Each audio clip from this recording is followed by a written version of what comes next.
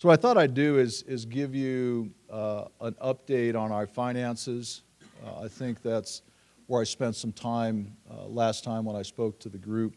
And I thought I'd update you on our financial picture, just to give you a thumbnail sketch, but then also go into the culture change and really how we got to this point. It really wasn't just the numbers. There's a lot more to it. So this was the slide that I gave to the council as to how we ended the 18-year. And I think it's easy to see that we did pretty well. We ended the year close to $30 million in the black, one of the first times in many, many years. And if you look at the two lines, the revenues and the expenditures, I mean, it's easy to say, well, yeah, revenues went up, right? Economy's doing well, revenues are on the increase. But I'd draw your attention to the expenditures as well, because we have continued to push hard on the efficiencies throughout the organization, and you can see that there was a decrease in those as well.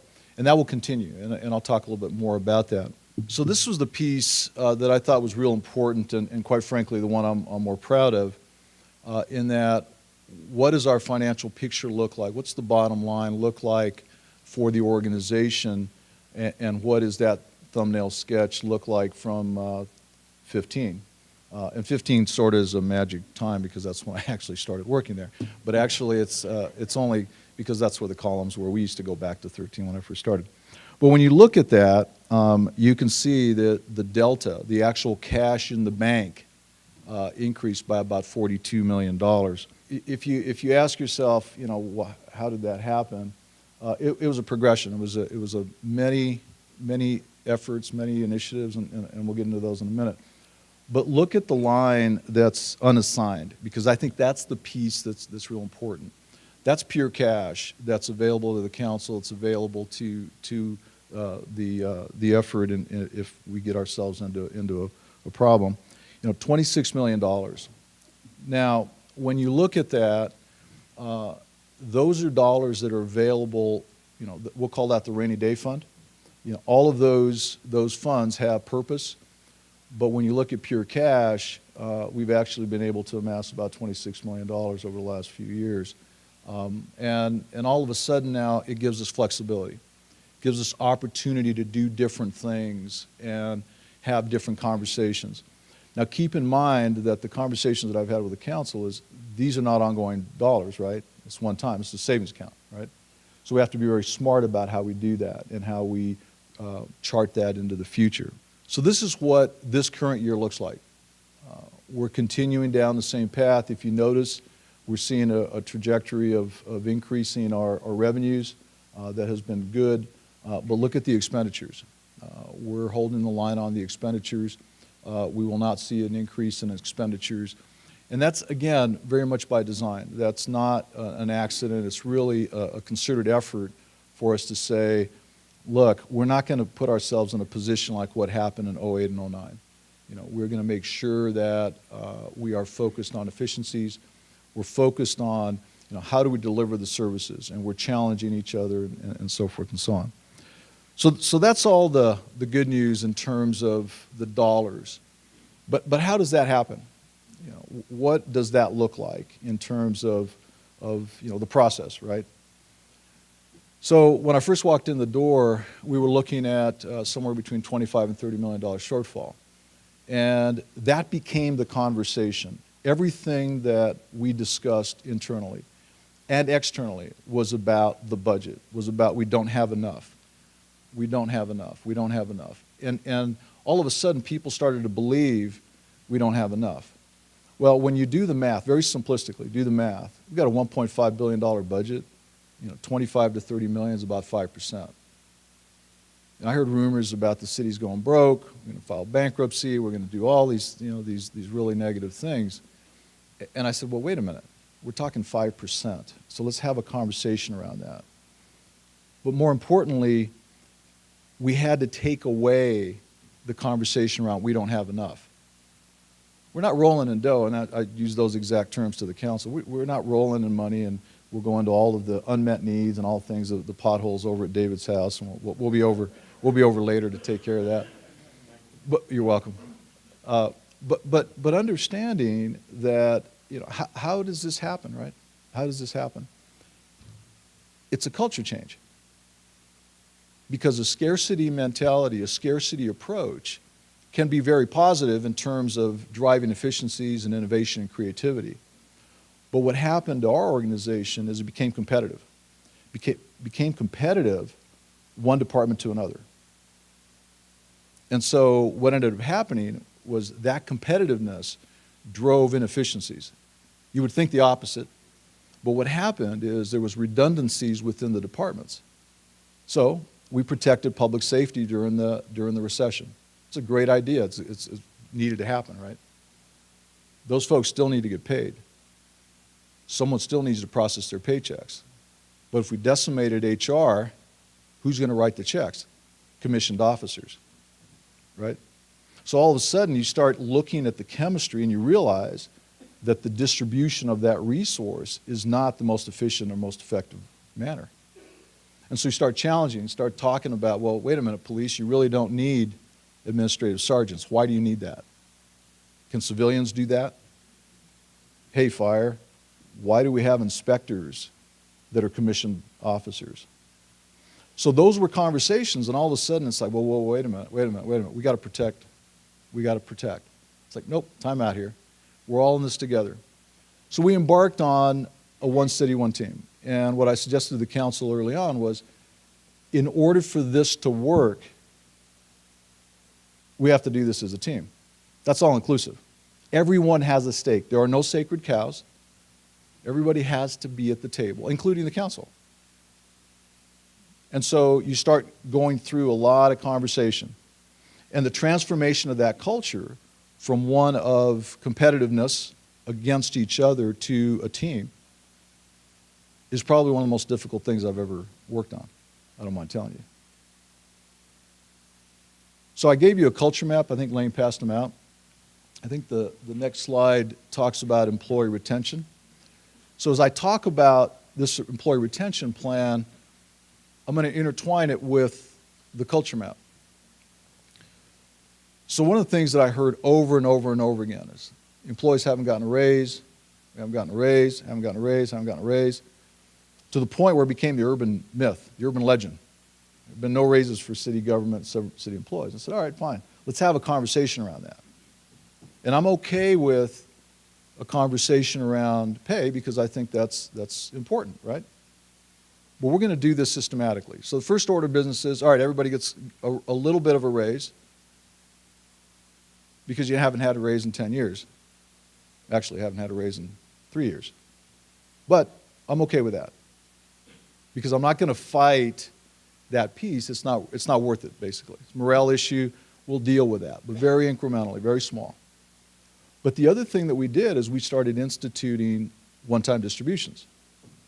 And so when you go back to the financials and you see the dollars, when we start showing the black, black ink, what I said to the council is, let's distribute that back to employees. In your world, it's called a bonus. In my world, it's called a one-time distribution.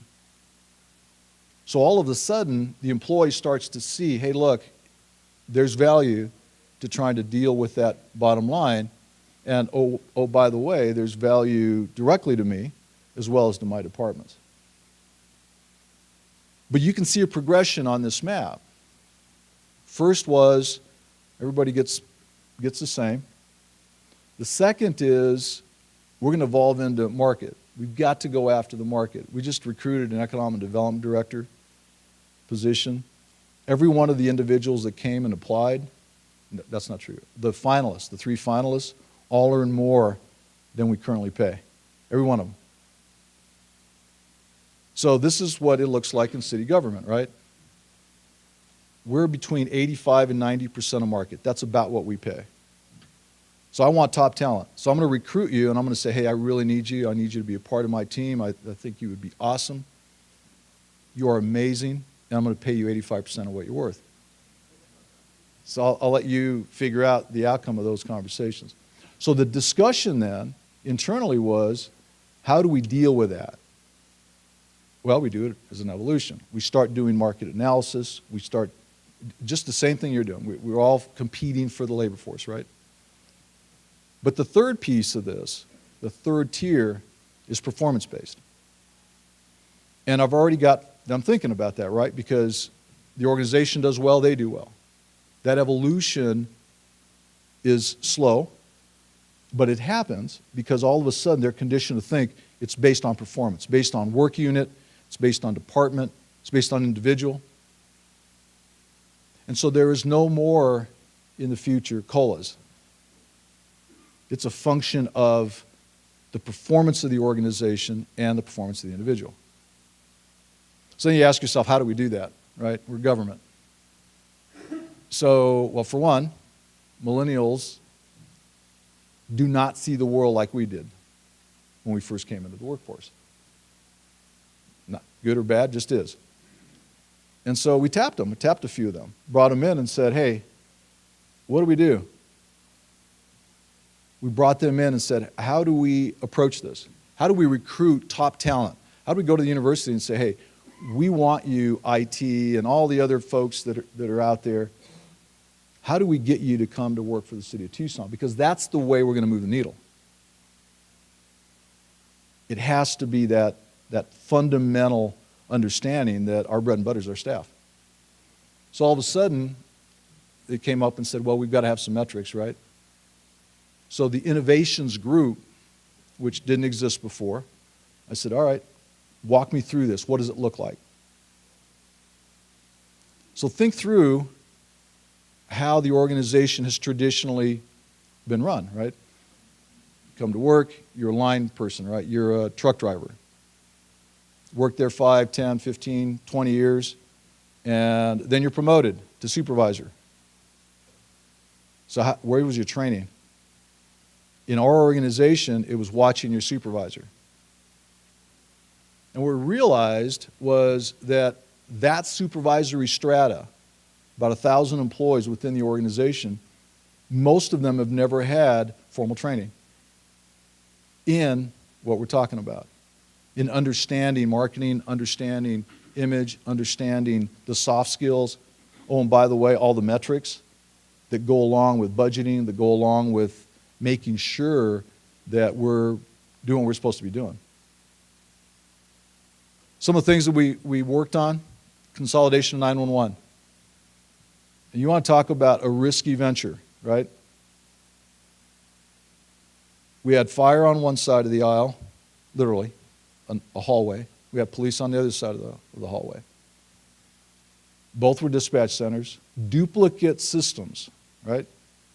And so, I'm walk in and say, why do we have two? This doesn't make sense to me. Explain that to me. Oh, very complex. Really? Well, explain it to me. I've got time. Walk me through it. Turns out that, and I'm going to call it the politics, but not the political politics in terms of the council. I'm talking about the internal politics. The staff had decided years and years ago that they had to be different, right? I said, well, time out. Humor me, we're going to put everybody together and we're going to get them going. So all of a sudden, they're scratching their heads saying, well, how can you do that? You do that because it's the right thing to do. Right now, 2 months ago, you would call 911, operator would answer the phone, say, 911, what's your emergency? Suspicious character outside my door. 1 moment, please. They transfer it to police. 911, what's your emergency? You'd have to repeat the whole thing again. Now, that was the norm. People didn't pay attention to that. It was just, that's the way it was, right? Today, you call 911, we have call takers, and they're cross-trained. So if it's a medical emergency or a police emergency, law enforcement emergency, we have folks that are cross-trained that can handle either. That's not all of them. Because remember, we're building the ship as we're moving, right? We're flying the airplane and we're remodeling it. But ultimately, the service will be superior to what we have today. Now think through the culture change for that, right? Fire dispatchers have their fire uniform. Police dispatchers didn't even have uniforms. But we put them in a room, we're going forward. Looking at the opportunities that are out there, our business services group, business services, HR, finance, and procurement. That's the back house, right? That's the back of the house operation. The bottom line is that they have become fiefdoms. They've become very powerful in their own right. When I said, well, time out here, why? Why? What is it that is making that of value to the user at the end? We have 856 pages of administrative directives. It's a stack of paper about that tall. 856 pages. I asked, so why? Why do we have so many rules? Walk me through that. All of a sudden, it's like, well, no, we have to do that. Well, why? Walk me through that. Explain it to me. And then I asked them, what is an administrative directive? What is that rule? What does that mean? And then one of them said, well, it's actually has the force of law. I said, well, okay. Well, what does that mean? How does it get done? Well, actually, you sign them. Time out. How about we just do away with them? How about if we do away with that in a way where now we can just help each other get the business done on a day-to-day basis? Again, culture change. I'll leave you with this. David mentioned that there were a lot of negatives made about councils and folks in the past. I'll leave you with this thought. Ultimately, the environment to do all of this comes from the mayor and the council. It's not me. I mean, I wish I could take the credit for it. Love that. The bottom line is that they have provided the environment for this to be able to occur. And I will also tell you, and I'll turn it over to the mayor, I think he's next. I will tell you that the mayor's leadership, he pays me to say that, but that's okay. The mayor's leadership, it's been an absolute pleasure. And he'll tell you we don't always agree. And usually it's just because I haven't hung him over the balcony long enough. But generally speaking, I'll tell you that we do agree. And I will also tell you that leadership is pushing people outside of their comfort zones. And in my opinion, that's really what this is about. So with that, I'll turn it over to you, Mayor.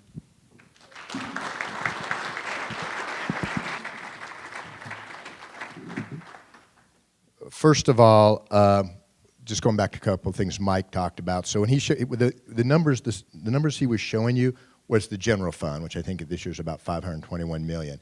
The overall budget, and he kind of mentioned, is about $1.4 billion. Well, that's a big difference. What is that difference? The water department, which we treat as an enterprise fund, that's a whole discussion into itself. The environmental services department, which we treat as an enterprise fund, which is a whole discussion into itself. The federal pass-through money, the county gets a whole lot of money for job training. We get the housing money. We house over 10,000 families through subsidized housing. You know, if any of you are interested in the federal shutdown, and heaven forbid what's going on, if it continues much longer, there's going to be 10,000 landlords who are not going to get their money for the people that they're essentially doing a favor to all of us for. So keep that in mind when you start thinking about who's rational. And there's other federal grants.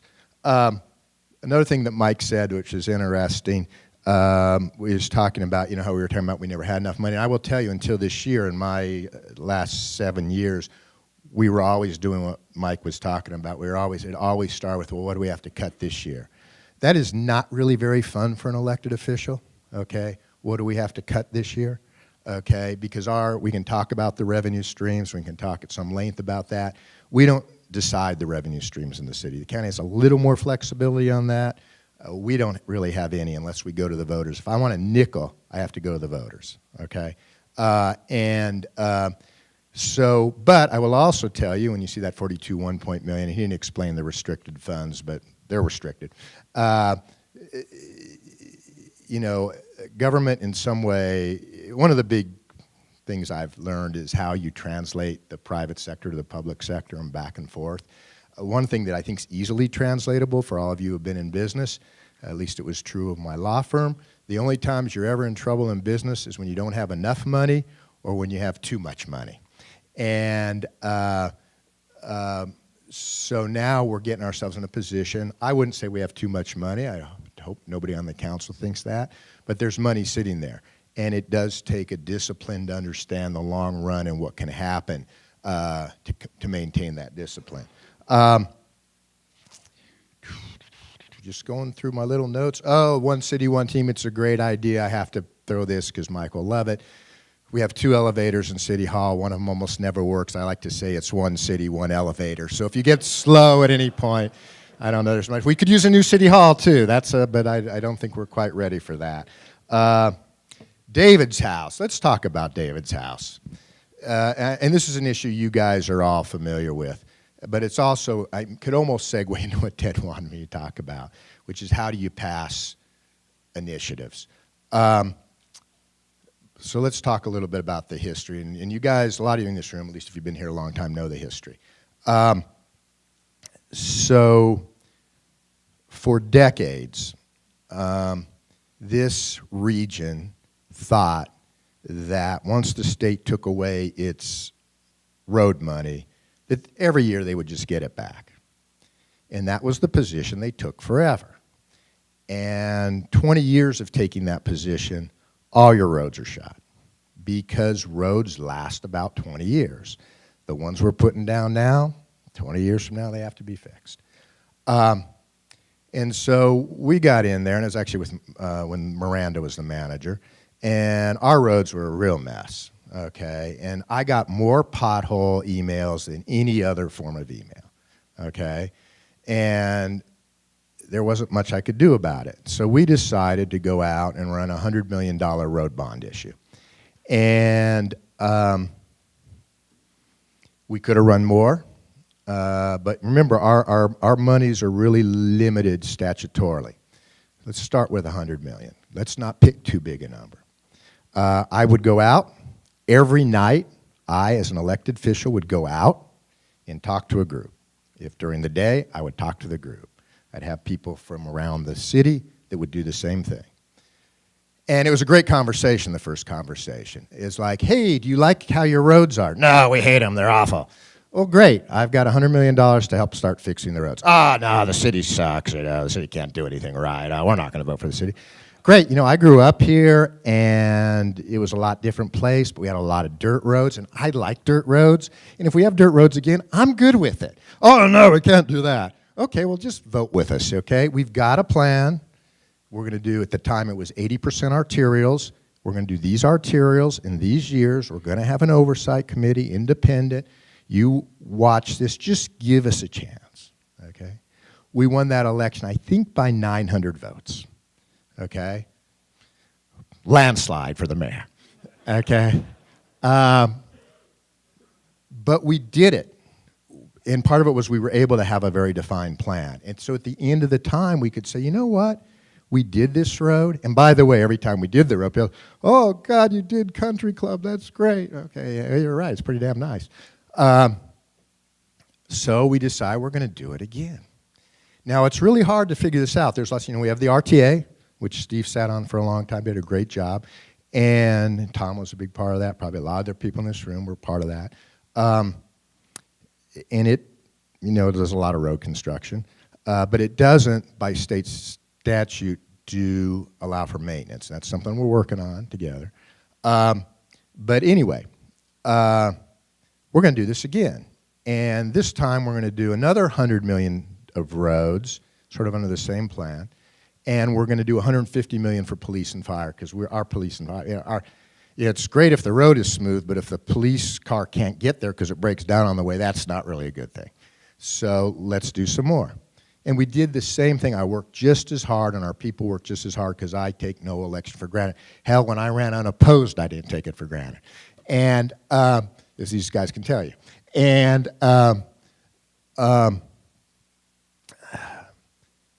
that time we won 60, I think it was 64% to 36%. And at that point I said, you know what, we've actually moved the needle in this community. Okay, we've actually got people to trust us. okay? And we did a third one on parks, and that's the one I'm proudest of, quite frankly, because parks are a little more discretionary, you know? People need police and fire. People need roads. They see that. Parks, they like, and we passed that with about 58%. So, you know, pretty good. David, why your road stinks? After all that work, we did $100 million. It was 80% arterial, 20% residential. Now, residential we left to a citizens committee, and they got the hardest part of the job because every damn neighborhood came in, our road needs to be fixed. And we've got, in that case, $20 million for a problem that is in the city, and Steve probably can correct my numbers, I'll be a little off. In the city is probably $300 million, and in the county another 300 or so, I'm going to say, maybe more. So I'm glad I wasn't on that committee. And ultimately, and we kept council out of it, except for once recently, and we resolved that. And that was interesting enough how council can be. We were getting to run the parks bond. It's Allie, you don't want to hear.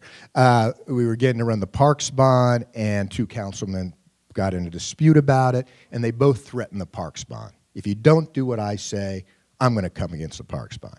That's the mayor's job, get to deal with that. But remember, I ran a law firm for a long time, so really no problem. Anyway, we resolved that, and we passed it. Where do we go with there? Oh, why David Rhodes is not fixed. So we passed it again. This time we do 40%. Remember, that's only $40 million. So now we only put $60 million to a $300 million problem. So the county comes in and says, look, we've got capacity. Let us do $400 million. We'll do it pretty equitably for the county. We'll do it pretty equitably. And, you know, we'll put it all to residential roads. Great. Okay? The problem is you can't say in advance for an $800 million residential road problem, oh, we'll fix these $400 million of residential roads. Because, well, my road's not getting fixed, okay? And so that and we could talk at more length about that problem, but bottom line is it gave an opening, it gave a wedge for the negative Nellies to say, nah, we're not going to do this. And so that, David, explains why your road hasn't been fixed. You know, we still have a big deficit for that. And quite frankly, until we get a revenue stream that is continuous, this problem's not going away. Because, like I said, roads last 20 years. By the time we get done fixing all our roads, if we can continue to pass initiatives, but by the time we get done doing that, it's going to be time to start again, okay? So that's the situation we're in as a region. So you guys can think about that. I could actually talk about, but I don't want to talk too much longer. So, and then you know what, Ted, you can ask me the questions you wanted me to answer while I was here all along, and we can do that. Because I actually want to address a little bit about what Amy said in the university program.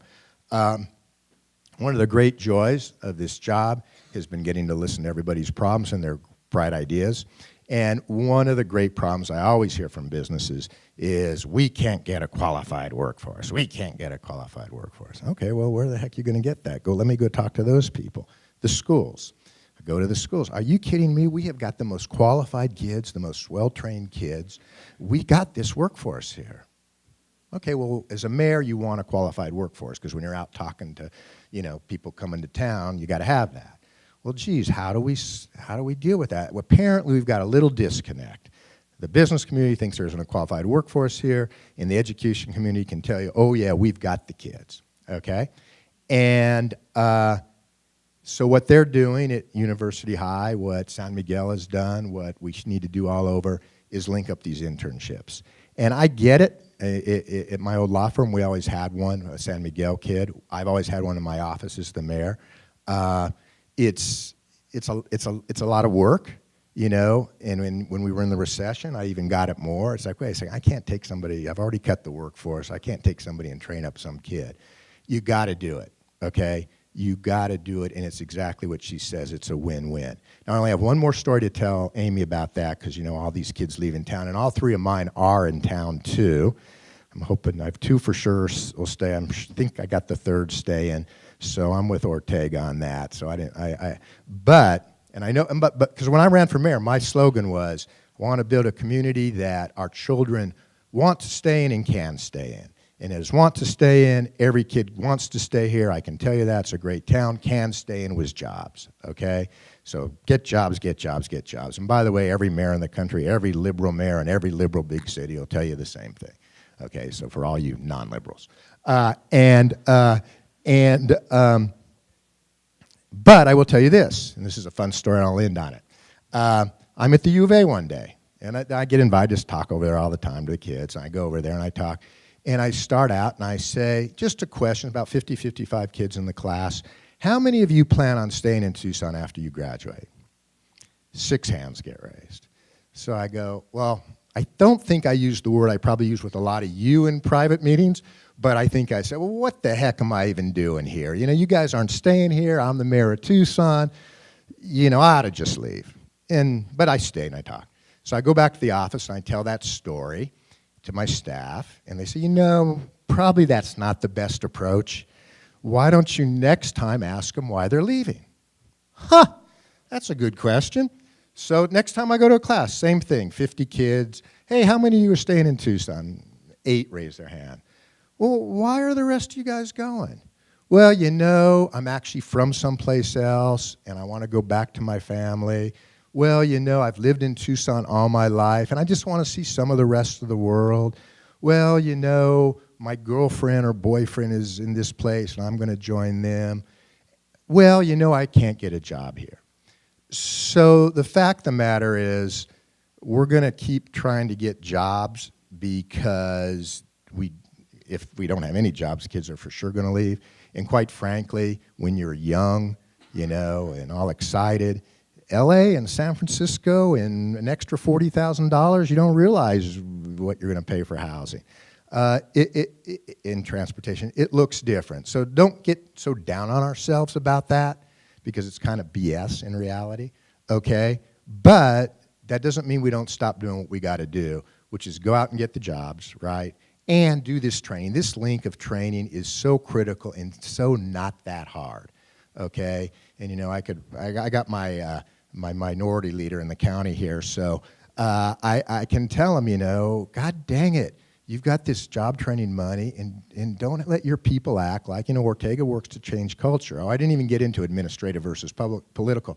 Like, why do you even need elected leaders when you've got good administrative leaders? Okay, we could talk about that question. It's actually a good question. You know, every time somebody tries to bring a job program, don't take the position, well, God dang, you're criticizing us because we're, you know. No, there's some really good ideas out there. So anyway, I'm going to stop on that. You guys can ask questions. Kaboom. Thank you.